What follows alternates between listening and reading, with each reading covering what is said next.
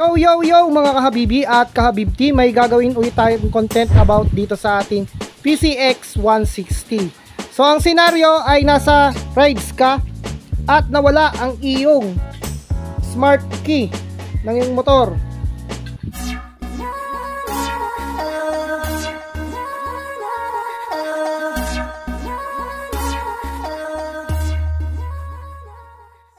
So paano nga ba yun? So ipe-press lang natin to. 1, 2, 3, 4, 5. So nagbi-blink yan. 1, 2, 3, 4. 4 seconds, namamatay na rin siya. 5 seconds, mabubuhay siya.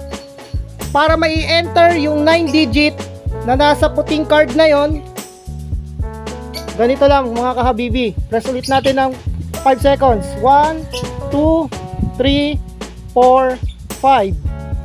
So 5 na siya mga kahabibi. I-enter natin yung code. Pindutin natin ang isa. Kung 0 yung nasa unahang number, huwag kayong pipindot.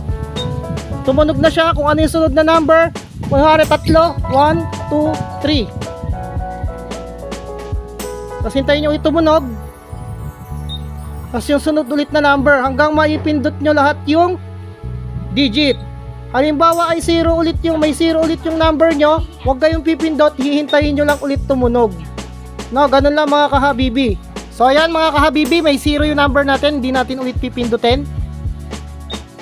So pasok na ulit natin yung hiling number.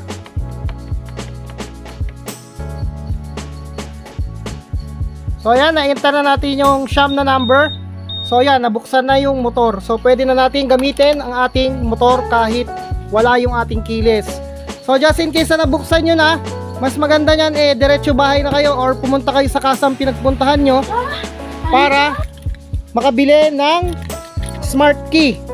Tapos i-connect ulit yan sa ECU ng motor nyo para mabuksan nyo ulit. Ganun lang yung pagbubukas ng ating motor pag nawala yung smart key. So gagamitin lang natin yung puti. Kaya napaka-confidential nitong puti na to.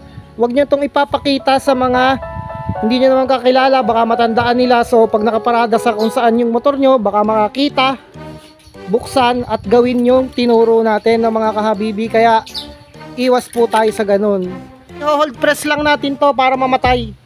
Press lang natin to, tapos hanggang sa mamatay yung tapos lock na ulit siya. Ganun yung mas magandang gawin bago nyo iwan yung motor nyo.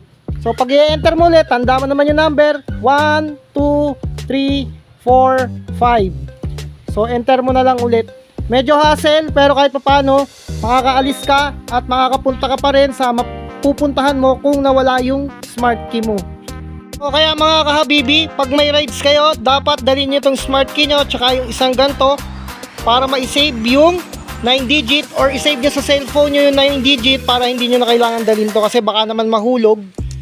Tapos kakilala nyo pa yung makadampot, makuha pa yung motor, no? So dito ko na lang po tatapusin yung video natin mga kahabibi. Laging tatandaan, burn your tires, not your soul. God first. Jcon Motovlog signing off.